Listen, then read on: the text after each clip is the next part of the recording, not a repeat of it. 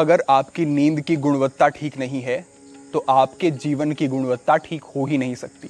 नींद आपके लिए आवश्यक नहीं है, ये आपके लिए अनिवार्य है। अगर आप एक दिन ठीक से नहीं सोते हैं तो अगले दिन आप अपनी ऊर्जा के स्तर में निश्चित रूप से गिरावट अनुभव करेंगे। आपका पाचन तंत्र मंद हो जाएगा और अलग अलग तरीके के और भी प्रभाव आपको देखने को मिल सकते हैं। तो नींद अगर बेहतर नहीं है तो आपकी पूरी प्रणाली बिगड़नी शुरू हो जाती है। और अगर प्रतिदिन ये स्थिति बन रही है कि आज भी ठीक से नहीं सोया हूं, आज भी बहुत देर से सोया, आज भी थोड़ी देर तक तो सोया लेकिन रात में नींद गहरी नहीं हो सकी, बार बार आंख खुलती रही, एक बार उठ जाते हैं तो फिर से नींद नहीं आ रही है, इस तरीके की स्थिति अगर लंबी चलती रहती है तो धीरे धीरे आपकी नींद का कोटा बहुत कम होता चला जाता है और उससे अगले दिन ऊर्जा के स्तर में भारी गिरावट आपको अनुभव होगी और अगले दिन आप सुस्ती अनुभव करेंगे। दिन में आपको आलस आता रहेगा, नींद आती रहेगी और अगर आप दिन में फिर सोते हैं तो ये आलस और बढ़ेगा क्योंकि उतनी नींद काफी नहीं है। नींद का कोटा बहुत कम हो गया है। पूर्ति उस 1 घंटे की नींद में नहीं होगी जो आप अगले दिन में दोपहर में सोते हैं, बल्कि वो आपको और अधिक आलस्य और तमोगुण में डाल देगी।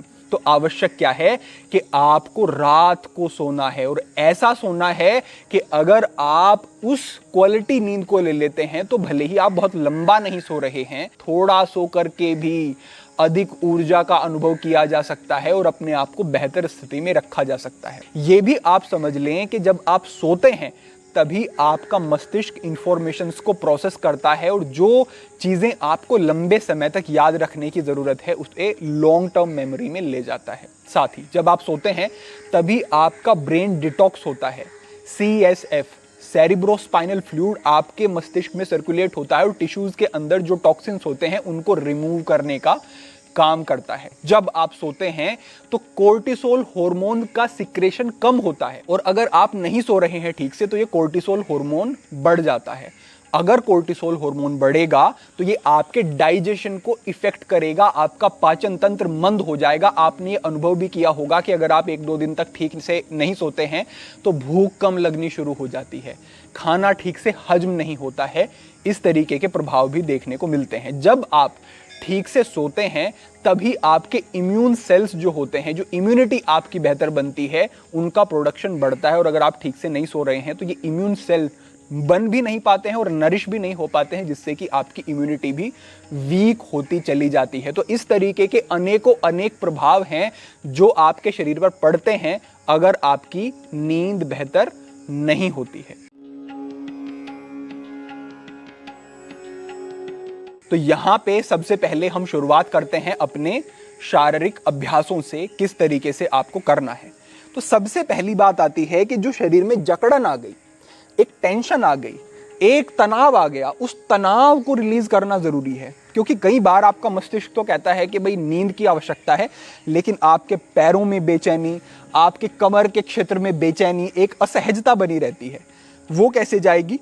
इस तरीके की स्थिति में आए, दोनों पैरों को इस तरीके से लेकर के आए, इस तरीके की स्थिति में आए। उसके बाद अपने घुटनों के बीच में थोड़ा अंतर रखें, क्योंकि अगर ऐसे रखेंगे तो आपका जो रिब गेज है वो आपकी थाइज पर आकर के स्टक हो जाएगा और पूरा एक स्ट्रेच नहीं मिल पाएगा आपको। तो थोड़ा घुटनों के बीच में रखेंगे अंतर और उसके बाद इस तरीके से आपको आगे की तरफ जाना है और अपनी स्पाइन को पूरा खींचना है।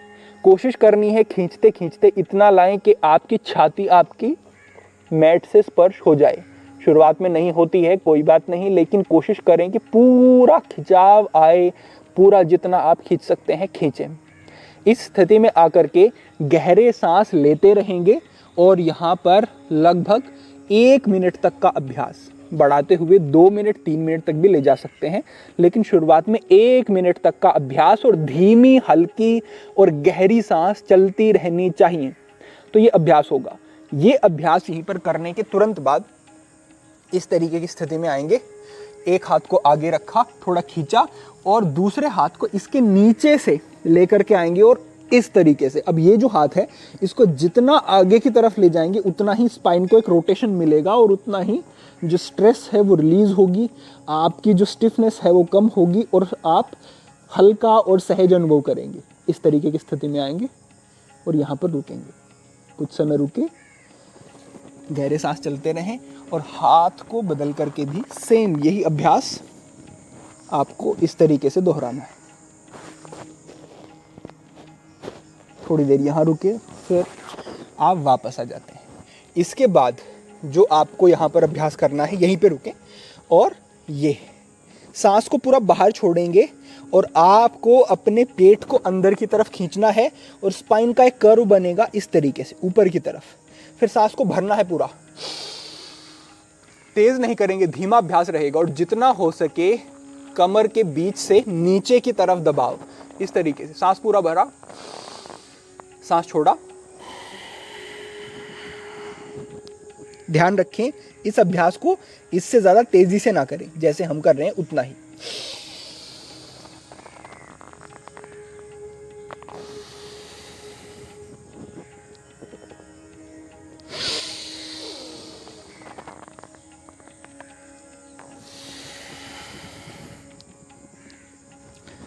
इस तरीके का आपका ये अभ्यास रहेगा। ध्यान रखने वाली बात यही है कि अभ्यास की गति अभ्यास के स्वरूप को बदल देती है। इन्हीं अभ्यासों को बहुत तेज करेंगे, प्रभाव बिल्कुल उल्टा हो जाएगा। लाभ तब भी मिलेंगे लेकिन वो नहीं जो हमें चाहिए। तो इस तरीके का ये आपका अभ्यास रहा। इसके बाद जो अभ्यास आपको करना है, आप इस तरीके से लेट जाएंगे और ये बड़ा ही अद्भुत लाभ इससे भी मिलेंगे आपको और तुरंत बहुत ही ज़्यादा रिलैक्स करने वाला अभ्यास है। यहाँ पर इस स्थिति में आए और हाथों को बाहर की तरफ लेकर के जाएंगे। अपने दाएं पैर को आप उठाएंगे और इस तरीके की स्थिति में लेकर के आएंगे। अब यहाँ से इस पैर को आपको अपोजिट साइड इस तरीके से ले जाना शुरू करना है। इसमें ये शुप्त मत्स्येंद्रासन का ये अभ्यास है। तो इस तरीके से लेकर के आए और अपने इस हाथ को अपोजिट साइड ले जाना है और यहाँ पर आपको रुकना है और उसी तरफ आपको देखना है, अपोजिट साइड। होल्ड किया, वापस।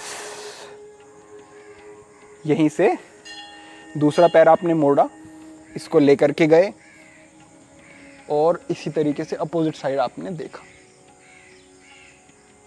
चाहें तो इस हाथ से इस पैर को भी इस तरीके से थोड़ा और दबा सकते हैं। थोड़ी देर रुके, गहरे सांस लिए, फिर से आप वापस आ जाते हैं।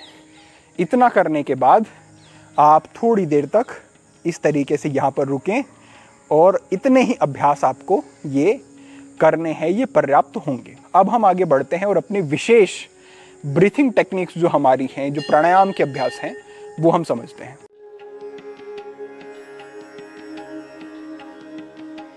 विशेष जो बात है उसे समझ लें। आपको सुखासन में, पद्मासन में या फिर सिद्धासन में बैठ जाना है।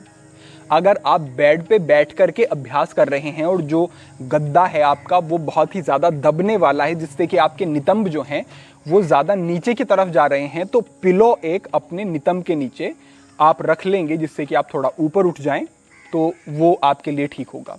क्योंकि अगर आप नीचे ऐसे रहेंगे, नितंब आपके नीचे रहेंगे, तो थोड़ी देर बाद कमर पर एक दबाव आना शुरू हो जाएगा। इस बात का ध्यान रखें। उसके बाद आप सहजता से बैठे, कमर को सीधा रखें। पहला जो यहाँ पर हमारा अभ्यास है, ये है समवृत्ति प्राणायाम का अभ्यास। इसमें आपको बिल्कुल सहज सी एक विधि अपनानी है कि आपको धीमी गति से, बिल्कुल धीमा, और जितना ज्यादा प्राण आपके लंग्स में जा सकता है उतना स्टोर करने की कोशिश करनी है। समवृत्ति का अर्थ यह है कि उतनी ही देर में आपने सांस को अंदर लिया और उतनी ही देर में आपने सांस को बाहर छोड़ा। इसके लिए आप काउंटिंग कर सकते हैं। एक बार देख लें, कमर गर्दन सीधी करके बैठे और धीमी गति से सांस अंदर।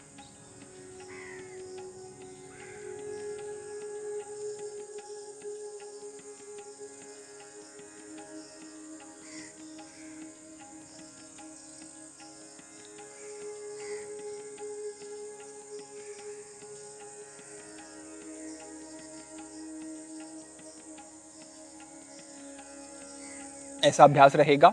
सांस की आवाज भी आपको सुनाई नहीं दी होगी, सुनाई देनी भी नहीं चाहिए। धीमा आपका ये श्वास रहेगा।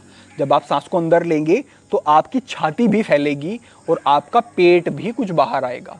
जब सांस को बाहर छोड़ रहे हैं तो आपका पेट संकुचित होगा, छाती भी आपकी सिकुड़ जाएगी। पूरा सांस आप बाहर छोड़ेंगे, समवर्ती प्राणायाम ये कर लेना है। इसको आप एक तैयारी के रूप में समझें। अब जो आगे प्रमुख अभ्यास है, इसमें आपको जो ध्यान देना है बात यह है कि 4, 7 और 8 का अभ्यास आपको ये करना है। 4, 7, 8 यानी कि 4 की गिनती तक आपने सांस को अंदर लिया, 7 की गिनती तक आपने सांस को अंदर रोक करके रखा और 8 की गिनती तक मन ही मन ये गिनती करेंगे और 8 की गिनती तक सांस को आप बाहर छोड़ रहे हैं। यानी कि जो सबसे अधिक समय है वो सांस को बाहर छोड़ने में देना है आपको। साथ ही ये भी समझ लें कि जब आप होल्ड करते हैं तो कहा गया है कि कुंभक से विचार ठहरने लगते हैं, और जो नींद में बाधा है वो विचार ही तो हैं। विचार बहुत चल रहे हैं, नींद नहीं आएगी, तो इससे विचार भी आपके ठहर जाएंगे। कैसे करना है एक बार समझ लें। आपको कमर गर्दन सीधी करके बैठ जाना है और उसके बाद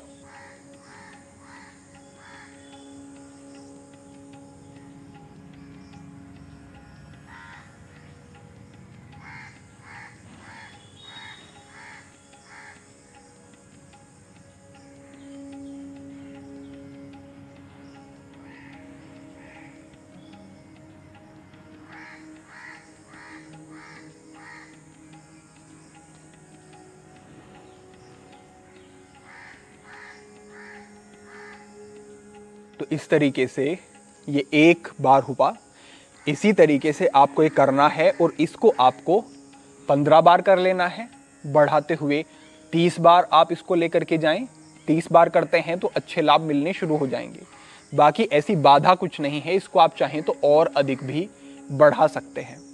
इस तरीके से धीमा धीमा ये आपका 4, 7, 8 का अभ्यास रहेगा। इसे आप करते हैं तो बड़े सुंदर और अद्भुत लाभ आपको देखने को मिलेंगे। इतना अभ्यास कर लेने के बाद अंतिम आपको भ्रामरी प्राणायाम का अभ्यास करना है। भ्रामरी प्राणायाम कैसे करना है इसके विषय में पूर्व में विस्तृत मार्गदर्शन किया गया है। वो लिंक डिस्क्रिप्शन में हम साझा करवा रहे हैं, इंड स्क्रीन पर दे रहे हैं, वहां से आप देख सकते हैं और वो अभ्यास आपको अंत में जोड़ लेना है। उसके बाद अंत में आप ये भी कर सकते हैं कि आप इस तरीके से या तो एक ब्लोस्टर ले लें या फिर आप 2 तकिए ले लें या फिर आप बेड के अंतिम छोर पर चले जाएं, वहां पर तकिया रख लें और अपनी गर्दन को पीछे थोड़ा सा आप रखेंगे। इस तरीके की स्थिति कुछ ये बनेगी कि आप ऐसे आ जाते हैं और गर्दन आपकी इस तरीके से रहती है। देख रहे हैं यहाँ पे गर्दन हमारी पीछे की तरफ इस तरीके से आ गई। इससे ब्लड का सर्कुलेशन ब्रेन की तरफ, दिमाग की तरफ होना शुरू हो जाता है। यूं तो इससे अनेकों अनेक लाभ मिलते हैं। हमने पहले एक पूरा वीडियो बना करके आपको इसके लाभ बताए हैं, लेकिन यहाँ पर आप समझें कि इससे आपको विश्रांति मिलेगी, ब्रेन की फंक्शनिंग अच्छी होगी और उसके बाद जो आप इस अभ्यास को करने के बाद सोएंगे तो ज़्यादा रिलैक्स आपका ब्रेन हो सकेगा। तो यहाँ पर आना है और बहुत ही धीमा श्वसन करना है और यहाँ पर कुछ देर तक आपको रुके रहना है। तो ये अभ्यास आपने किया और ये हमारा अंतिम अभ्यास है। इसके बाद आपको यहीं से लेट जाना है और लेटना कैसे है, आपको बाईं करवट लेट करके सोना है। तो इस तरीके से आप इस चीज को समझें और बाईं करवट लेट करके उसके बाद आप सो जाएं।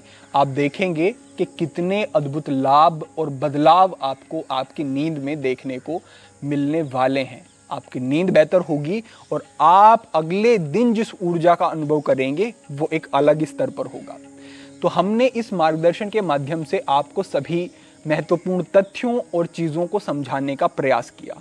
साथ ही साथ जो दूसरे नियम हैं नींद को बेहतर करने के लिए, उसके विषय में हमने पहले अलग से मार्गदर्शन किया है कि किस तरीके से आपको फ़ोन इफेक्ट करता है, डाइट इफेक्ट करती है, आप लेट खाते हैं तो उसका क्या प्रभाव होता है। वो लिंक भी हम डिस्क्रिप्शन में साझा करवा देंगे, वो मार्गदर्शन भी आप देख लें। तो ये पूरा एक आपके लिए एक पैकेज हो जाएगा जो कि निश्चित रूप से आपको हर प्रकार की दवाई से बचा लेगा और आपके ये अभ्यास ही नींद की गोली का काम आपके लिए कर देंगे। तो बड़े अच्छे लाभ इससे फिर आपको मिलने वाले हैं। तो आज का ये मार्गदर्शन अपेक्षा है कि आपको ठीक से समझ आया होगा और भविष्य में आप इन सब चीज़ों का प्रयोग करेंगे तो नींद आपकी निश्चित रूप से बेहतर होगी। आज के लिए आप सभी के लिए यही मार्गदर्शन था। भविष्य में अन्य महत्वपूर्ण विषयों पर मार्गदर्शन होता रहेगा। सभी के लिए प्रार्थना, सभी के लिए मंगल कामना। आज के लिए इतना ही। ओम नमः शिवाय।